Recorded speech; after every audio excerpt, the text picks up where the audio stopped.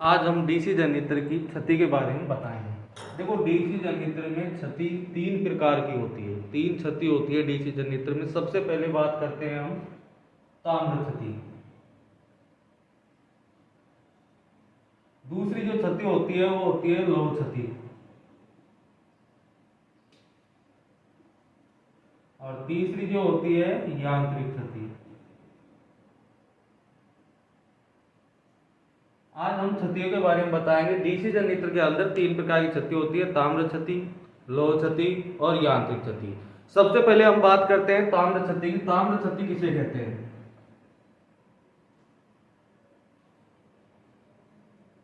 देखो, ताम्र क्षति डीसी जनरेटर के अंदर कहां पर पाई जाती है और किस में होती है? तो सबसे पहले बात करते हैं ताम्र क्षति की। ताम्र क्षति डीसी जनरेटर की वह क्षति होती है या विद्युत शक्ति की वह क्षति होती है जो डीसी जनरेटर के अंदर आर्मेचर वाइंडिंग और फील्ड वाइंडिंग के प्रतिरोध के कारण होने वाली क्षति ताम्र क्षति कहलाती है। आर्मेचर व फील्ड वाइंडिंग,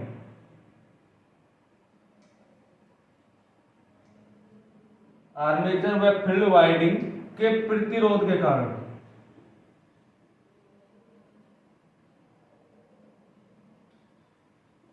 होने वाली क्षति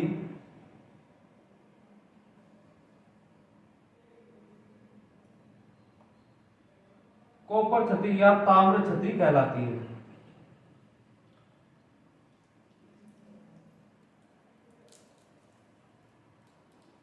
अगर ताम्र क्षति की बात करें, ताम्र क्षति क्या होती है? आर्मेचर व फील्ड वाइंडिंग के प्रतिरोध के कारण होने वाली क्षति ताम्र क्षति कहलाती है। अगर हम ताम्र क्षति की बात करें तो ताम्र क्षति अस्थायी क्षति होती है। इसका मान लोड के अनुसार बढ़ भी सकता है और घट भी सकता है। यह क्षति अस्थिर क्षति होती है। इसका दूसरा क्वेश्चन होता है ताम्र क्षति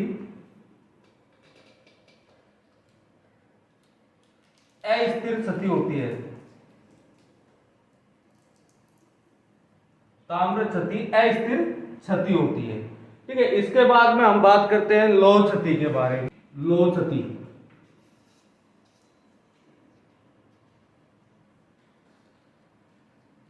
लौह क्षति क्या होती है? डीसी जनरेटर के अंदर कहां पर होती है लौह क्षति?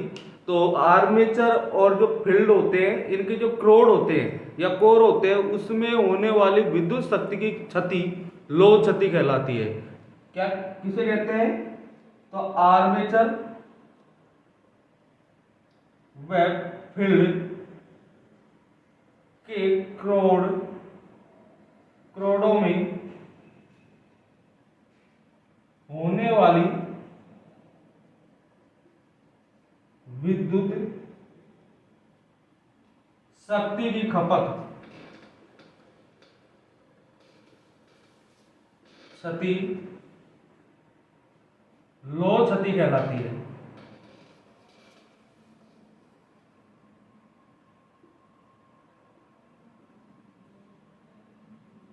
ध्यान रखना, लौह क्षति क्या होती है? आर्मेचर व फील्ड के क्रोडों में होने वाली विद्युत शक्ति की क्षति लौह क्षति कहलाती है। लौह क्षति कौन सी होती है? जो आर्मेचर और फील्ड के जो क्रोड होते हैं या कोर होते हैं, उसमें विद्युत शक्ति की होने वाली क्षति को लौह क्षति कहते हैं। अगर हम बात करें लौह क्षति, तो लौह क्षति एक स्थिर क्षति होती है। यह क्षति स्थिर क्षति होती है।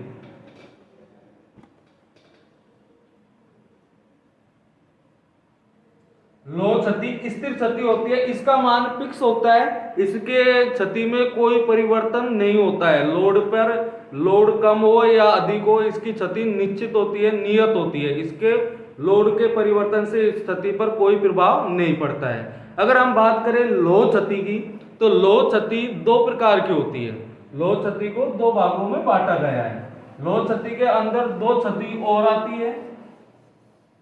लौह क्षति के अंदर दो क्षति और आती है। पहली लौह क्षति दो प्रकार की होती है या दो भागों में वर्गीकृत किया गया है। पहला है स्टेरिक क्षति, लौह क्षति के अंदर ही आती है स्टेरिक क्षति। दूसरा है एडी करंट क्षति। तो सबसे पहले हम बात करते हैं स्टेरिक क्षति की। स्टेरिक क्षति होती क्या है?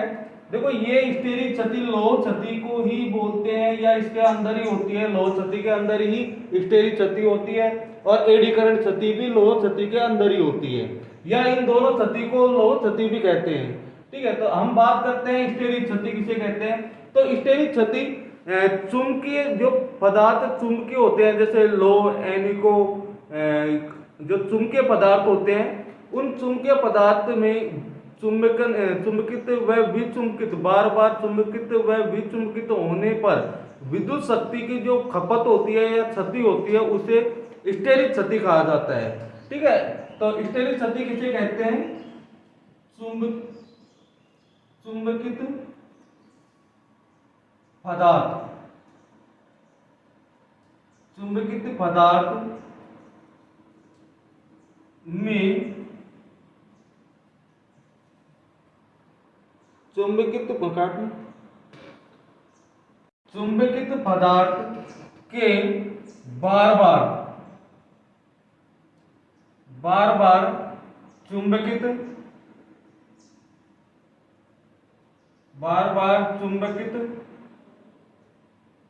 व विचुंबकित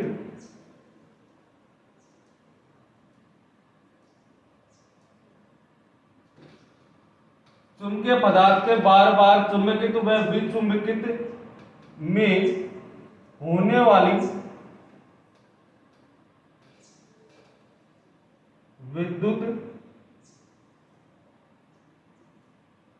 विद्युत शक्ति की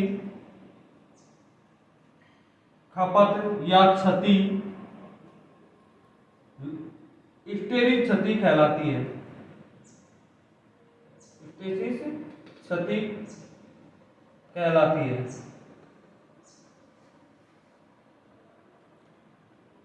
स्टेरिक क्षति कौन सी होती है? चुंबकित पदार्थ के बार बार चुंबकित व विचुंबकित में होने वाली विद्युत शक्ति की क्षति स्टेरिक क्षति कहलाती है। और स्टेरिक क्षति के मान पूछे कि जैसे कि इसका सूत्र होता है स्टेरिस बराबर स्टेरिस नियतांक इंटू अधिकतम चुंबकीय फ्लक्स घनत्व इंटू फ्रीक्वेंसी इंटू क्रोड का आयतन। ये इसका सूत्र होता है स्टेरिक क्षति का।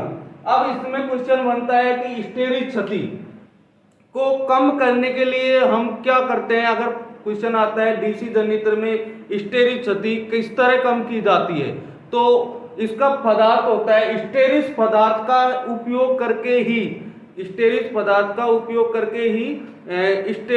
क्षति को कम किया जाता है। ठीक है, या फिर कहते हैं कि सिलिकॉन स्टील का उपयोग करके स्टेरिक क्षति को कम किया जाता है।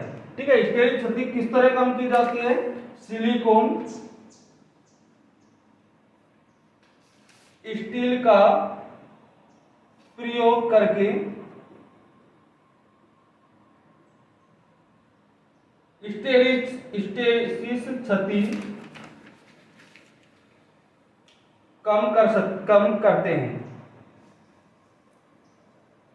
ध्यान रखना, अगर स्टेरिक क्षति की बात करें कि स्टेरिक क्षति किस तरह कम की जाती है, तो सिलिकॉन स्टील का प्रयोग करके स्टेरिक क्षति को कम किया जाता है। अगर हम सूत्र की बात करें तो सूत्र इसका ये होता है, ये अपन ने लिख रखा है स्टेरिक क्षति का सूत्र WH बराबर दत्ता स्टेरिक नियतांक इंटू अधिकतम चुंबकीय फ्लक्स घनत्व इंटू फ्रीक्वेंसी इंटू क्रोड का आयतन। अगर बात करें स्टेरिक क्षति किन निम्न में से किन पर निर्धारित या आधारित होती है, या किन को बढ़ाने पर स्टेरिक क्षति का मान कम होता है, या किन को कम करने से, तो इनमें स्टेरिक पे भी निर्भर करती है, स्टेरिक नियतांक पर भी निर्भर करती है, अधिकतम चुंबकीय फ्लक्स घनत्व पर भी स्टेरिक क्षति निर्भर करती है, फ्रीक्वेंसी पर भी निर्भर करती है, क्रोड का आयतन पर भी निर्भर करती है। तो स्टेरिक क्षति जो है ये सब पर निर्भर करती है। इसके बाद में हम बात करते हैं एडी करंट क्षति। अब बात करते हैं एडी करंट क्षति के बारे में। एडी करंट क्षति किसे कहते हैं? देखो, फैराडे के विद्युत चुंबकीय प्रेरण के सिद्धांत के अनुसार जब किसी चुंबकीय क्षेत्र में किसी गतिमान चालक को घुमाया जाता है तो उसमें एक ईएमएफ उत्पन्न हो जाता है, और उस ईएमएफ के साथ साथ आर्मेचर में भी, उस ईएमएफ के साथ साथ आर्मेचर कोर में भी ईएमएफ उत्पन्न हो जाता है। उस ईएमएफ के कारण आर्मेचर कोर में या कोर में उत्पन्न ईएमएफ के कारण विद्युत धारा की अनावश्यक खपत होती है। इस कारण विद्युत धारा की अनावश्यक रूप से विद्युत शक्ति की खपत होती है, जिसे एडी करंट क्षति कहते हैं, जिसे एडी करंट क्षति कहते हैं। या सिंपल भाषा में कह सकते हैं आर्मेचर कोर में विद्युत धारा की अनावश्यक रूप से होने वाली क्षति को एडी करंट क्षति कहते हैं। एडी करंट क्षति किसे कहते हैं? जो आर्मेचर कोर में विद्युत धारा की खपत करता है उसे आर्मेचर कोर में विद्युत धारा की होने वाली खपत, विद्युत शक्ति की खपत को एडी करंट क्षति भी कहते हैं। अगर हम बात करें एडी करंट क्षति का सूत्र क्या होता है, तो ये एडी करंट क्षति का सूत्र होता है। अगर बात करें WE से किसे दर्शाते हैं, तो इसे एडी करंट क्षति से ही दर्शाते हैं और इस क्षति को वाट में मापते हैं। किसमें मापते हैं? वाट में मापते हैं। अगर बात करें Vm स्क्वायर को किससे दर्शाते हैं, तो इसको अधिकतम चुंबकीय फ्लक्स घनत्व में दर्शाते हैं। और फ्लक्स घनत्व का अगर बात करें कि किसमें मापते हैं फ्लक्स घनत्व को, तो वेबर प्रति मीटर स्क्वायर में मापते हैं। इसके बाद में F फ्रीक्वेंसी स्क्वायर, तो इस फ्रीक्वेंसी को किसमें मापते हैं? हर्ट्ज में मापते हैं। इसके बाद में टी लेमिनेशन की मोटाई होती है। अगर बात करें कि एडी करंट क्षति किस पर निर्भर करती है, तो एडी करंट क्षति अधिकतम चुंबकीय फ्लक्स घनत्व पर निर्भर करती है, फ्रीक्वेंसी पर निर्भर करती है और लेमिनेशन की मोटाई पर निर्भर करती है।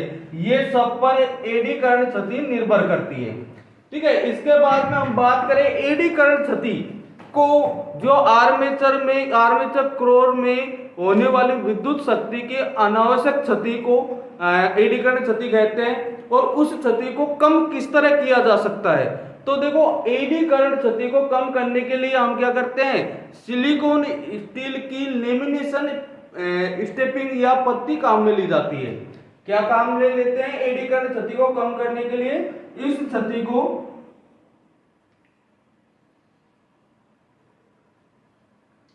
कम करने के लिए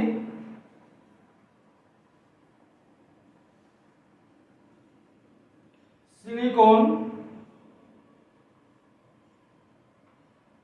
स्टील की लेमिनेटेड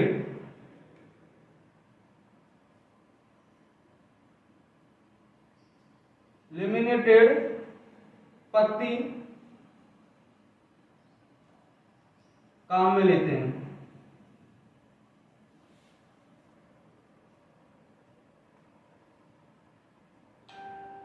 अगर बात करें कि एडी करंट क्षति को किस तरह कम किया जाता है, तो सिलिकॉन स्टील की लेमिनेटेड पत्तियों को काम में लेकर इस क्षति को कम किया जा सकता है। ठीक है। इसके बाद में हमारी नेक्स्ट जो क्षति है वो है यांत्रिक क्षति। और यांत्रिक क्षति क्या होती है, यांत्रिक क्षति के बारे में बताएं। अब हम बात करते हैं यांत्रिक क्षति की। यांत्रिक क्षति क्या होती है? डीसी जनरेटर में 3 प्रकार की क्षति होती है, ताम्र हानि, लौह हानि और तीसरी है यांत्रिक हानि,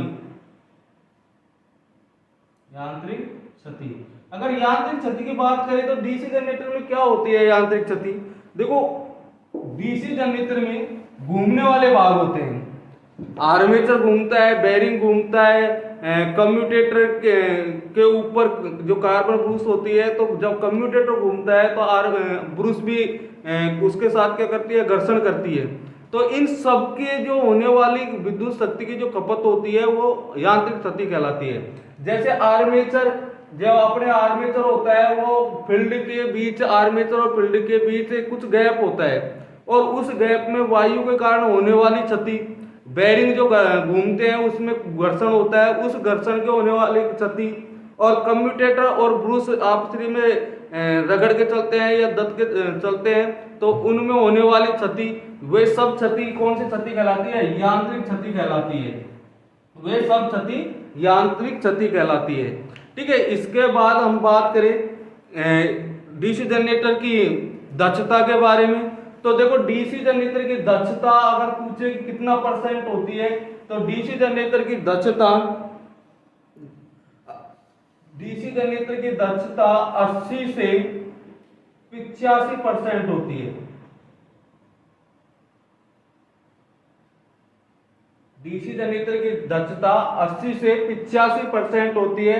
काफी बार एग्जाम में 80 से 95% भी माना है, लेकिन रियल में होती है जो 80 से काट कितनी होती है दक्षता डीसी। अब हम बात करते हैं यांत्रिक क्षति की। तो यांत्रिक क्षति क्या होती है? जो आर्मेचर होता है उसमें जो वायु के कारण होने वाली क्षति, बेरिंग घर्षण होने के कारण होने वाली क्षति, और कम्यूटेटर और ब्रूस आपस में जो रगड़ के चलते हैं, दब के चलते हैं, तो उसके कारण विद्युत शक्ति के होने वाली क्षति, ये सब क्षति यांत्रिक क्षति में आते हैं। कौन सी क्षति में आते हैं? यांत्रिक क्षति में आते हैं। अगर हम बात करें कि क्षतियों को कई प्रकार से बांटा गया है, जैसे कि सबसे पहले बात करें हम यांत्रिक, सबसे पहले बात करें स्टे क्षति। स्टे क्षति किसे कहते हैं? तो स्टे क्षति हम लो क्षति प्लस यांत्रिक क्षति को कहते हैं।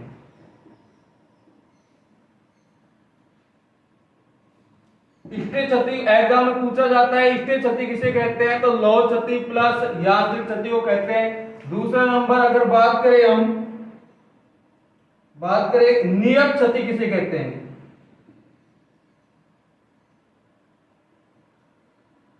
नियत क्षति की बात करें तो नियत क्षति नियत क्षति किसे कहते हैं? तो लो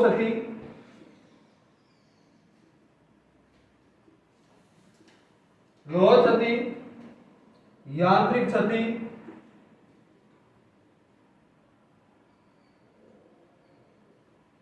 और संट फील्ड क्षति।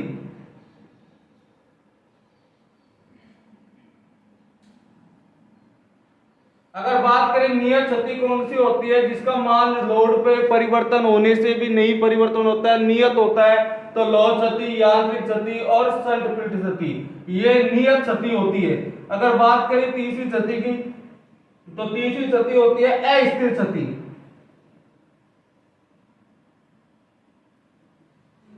अस्थिर क्षति किसे कहते हैं? तो अस्थिर क्षति कहते हैं आर्मेचर क्षति प्लस सीरीज फील्ड क्षति को। आर्मेचर क्षति प्लस सीरीज फील्ड क्षति।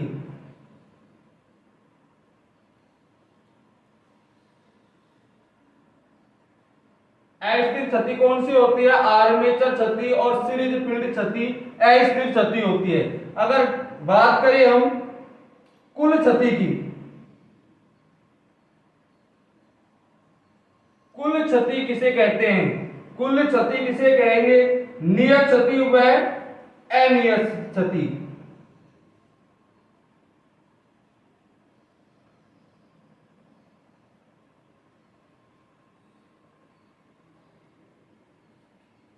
देखो ये एग्जाम में काफी बार पूछा जाता है। स्टे क्षति किसे कहते हैं? लो क्षति प्लस यांत्रिक क्षति को स्टे क्षति कहते हैं। या फिर इस तरह भी आ जाता है, लो क्षति प्लस यांत्रिक क्षति को कौन सी क्षति कहा जाता है? स्टे क्षति कहा जाता है। इसके बाद में नियत क्षति की बात करें तो लो क्षति प्लस यांत्रिक क्षति प्लस संट फील्ड क्षति अपनी नियत क्षति होती है। इस क्षति में कोई परिवर्तन नहीं होता लोड से।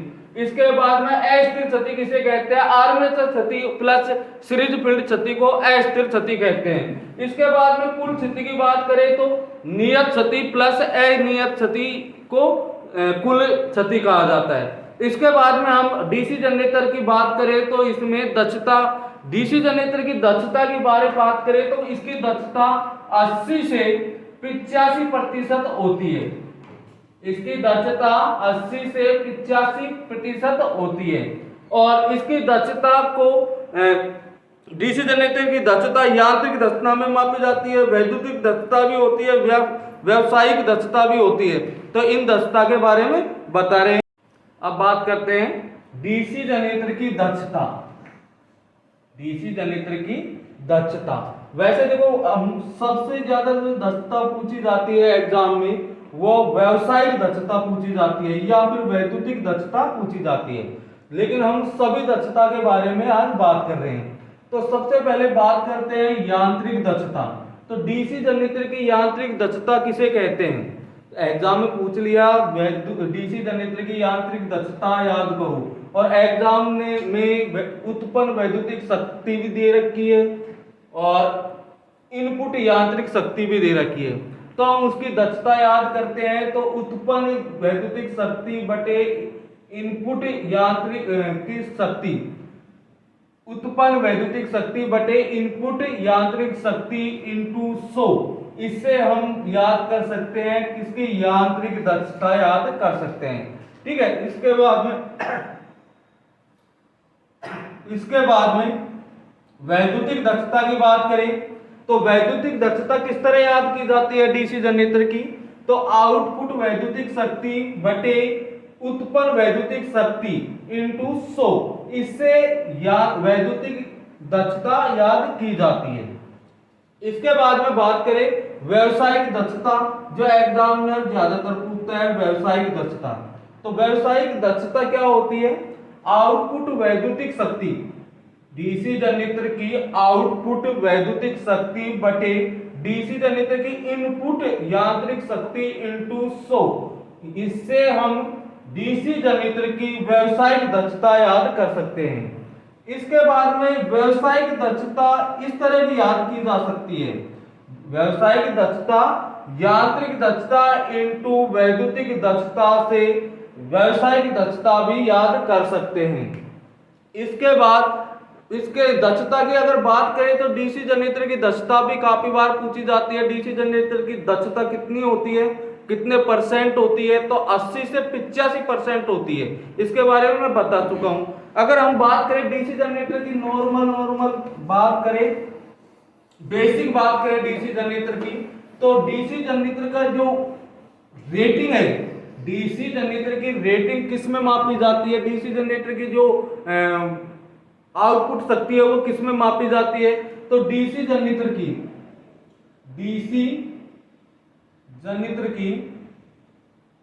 रेटिंग किलोवाट में मापी जाती है, इसकी रेटिंग किलोवाट में मापी जाती है। यह भी काफी बार एग्जाम में पूछा गया है, डीसी जनरेटर की जो रेटिंग है किलोवाट में मापी जाती है।